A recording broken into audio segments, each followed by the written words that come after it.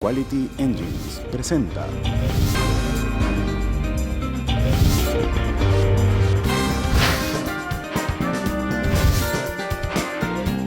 Análisis venezolano con Unay Amenábar.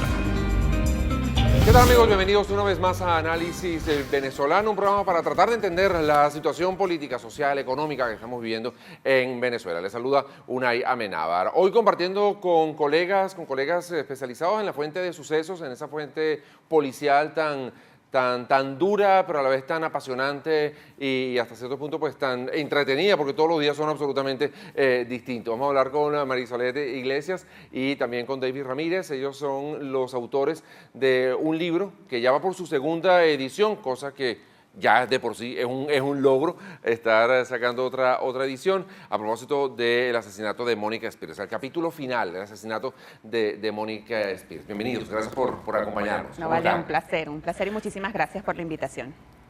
Cuando estamos en un país donde hay 25.000 muertes en un año, ¿por qué enfocarse en el caso de Mónica Spears? ¿Qué tuvo de particular el asesinato de Mónica que los lleva a ustedes a ampliar en la investigación y a sacar un libro e incluso continuar luego con la investigación que da pie a esta segunda edición pues corregida y aumentada del caso de Mónica? Mira, Mónica le puso nombre, apellido y rostro al problema de la inseguridad, a esos 25.000 muertos, a esos 200.000 muertos que sumamos en estos 16 años pues, de chavismo y ahora madurismo. Entonces, al ponerle nombre, apellido y rostro, hizo que la mirada de los propios venezolanos y de los extranjeros giraran hacia el problema de la inseguridad que tenemos. Ya no somos solamente una cifra, ya hay un rostro, una persona que además nos dolió a todos los venezolanos, fuéramos o no fuéramos fan de Mónica.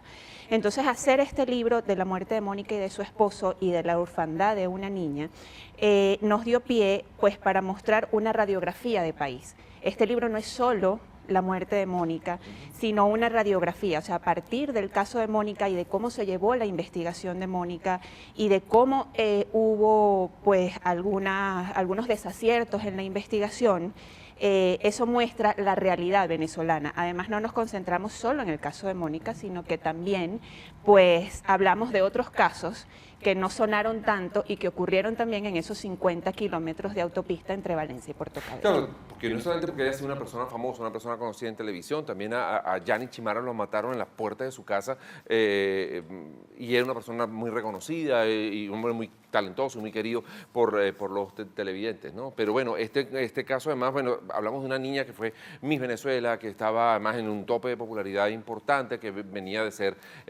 digamos, de tener como unos lazos afectivos muy fuertes con el público venezolano. Pero nos hablaba Isolet de lo que es el tema de esos 50 y tantos kilómetros de carretera entre Valencia y Puerto Cabello.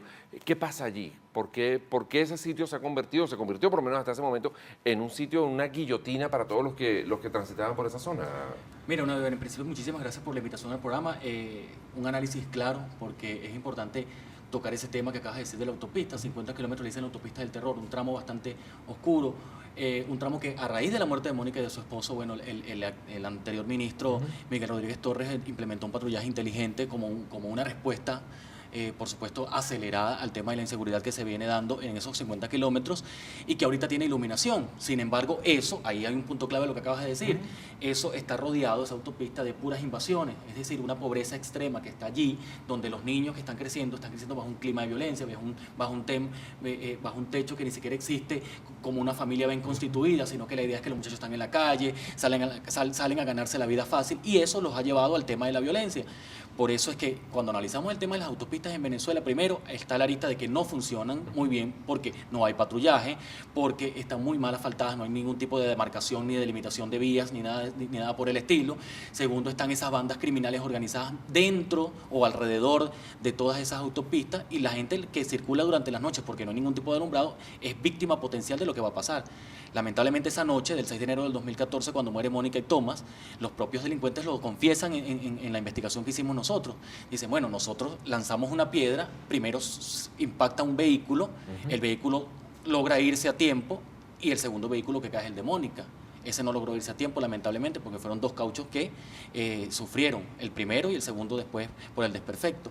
Entonces te das cuenta de la parte difícil que existe y el llamado de atención que hacen los venezolanos, no tanto en esas autopistas, en la regional del centro, en la Panamericana, en la de Guarenas Guatire, o sea, las personas que circulan todos los días por las autopistas de Venezuela se dan cuenta de que estamos a merced del AMPA y eso no se está atacando. Entonces, este libro trae ese llamado de atención, de decirle a las autoridades, basta de 24 planes de seguridad, necesitamos uno que realmente sea eficiente y que toque la fibra de la delincuencia, porque si no erradicamos eso, no estamos haciendo nada. Porque más estamos hablando, por lo que tú nos comentas, que comentaron los propios asesinos, una muerte absolutamente fortuita, o sea, hubiera sido ella como hubiera sido cualquier otro que pasaba por allí en ese momento, ¿no? Así es, así es.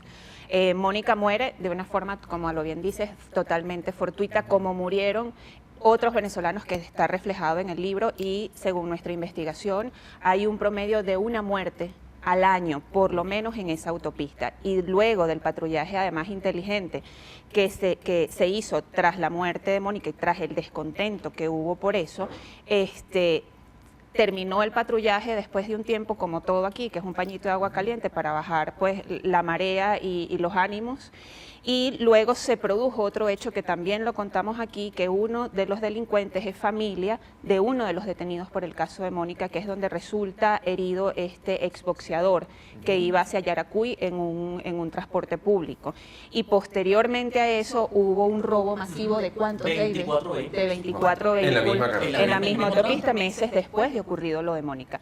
Entonces, bueno, realmente allí todos somos, ahorita ni siquiera tener una cara visible, ¿no?, en los medios de comunicación es garantía de nada. Antes era un chaleco antibala, antes Sí. te reconocían y por lo menos, no, wow, mira, este fulano, vamos a no hacerle nada, ahora no. O igual que antes se cuidaban mucho también los delincuentes de atacar policías, por ejemplo, Así de atacar personalidades, y vemos que ahora son blanco fácil tanto los policías como, por ejemplo, los custodios y los guardaespaldas de altos funcionarios del Estado, ¿no? Eso definitivamente no está haciendo ninguna protección. Estamos todos como en la misma lotería macabra, donde el número nos puede salir en cualquier momento. Pero vamos a hacer una pausa, David y Marisolet.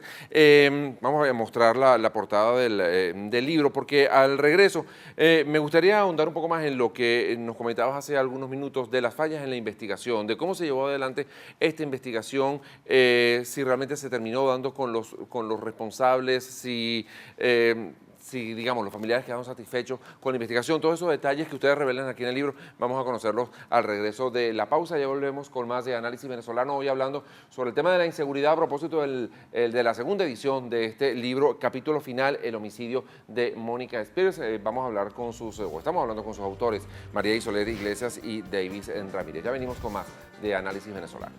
Análisis Venezolano con Unay Amenábar. Quality Engines te presenta estos modelos disponibles en su lote de vehículos. Toyota Camry 2012, 4 cilindros, radio con pantalla, 63,000 millas, un solo dueño, 0 accidentes, Carfax limpio, título limpio. Puede ser tuyo por $220 al mes. Toyota Corolla Sport 2013, paquete deportivo, rines de aluminio, 58,000 millas, un solo dueño, 0 accidentes, Carfax limpio, título limpio. Puede ser tuyo por solo $232 al mes. Volkswagen Golf 2012, versátil, bueno en gasolina, 60,000 millas, un solo dueño, 0 accidentes, Carfax limpio, título limpio. Puede ser tuyo por $193 al mes. Si mencionas este anuncio, te regalamos un set de alfombras y un GPS con la compra de tu vehículo. Recuerda, nosotros somos el banco. Si tienes crédito en Venezuela, tienes crédito con nosotros. Quality Engines. Ven a descubrir el Paseo de las Artes. Un oasis de buen teatro en Doral. Disfrute 7 obras breves en artísticos contenedores. Tenga contacto directo con sus actores más queridos. De jueves a domingos, a partir de las 6 de la tarde y por solo $5. El Paseo de las Artes, un espacio único en Doral. Baracars Rental Car. Alquila fácil, alquila seguro en el sur de Florida. Algunos solo te dan ofertas. Nosotros las mejoramos y te ofrecemos la mejor experiencia. Te incluimos seguro, GPS y la silla para tu bebé.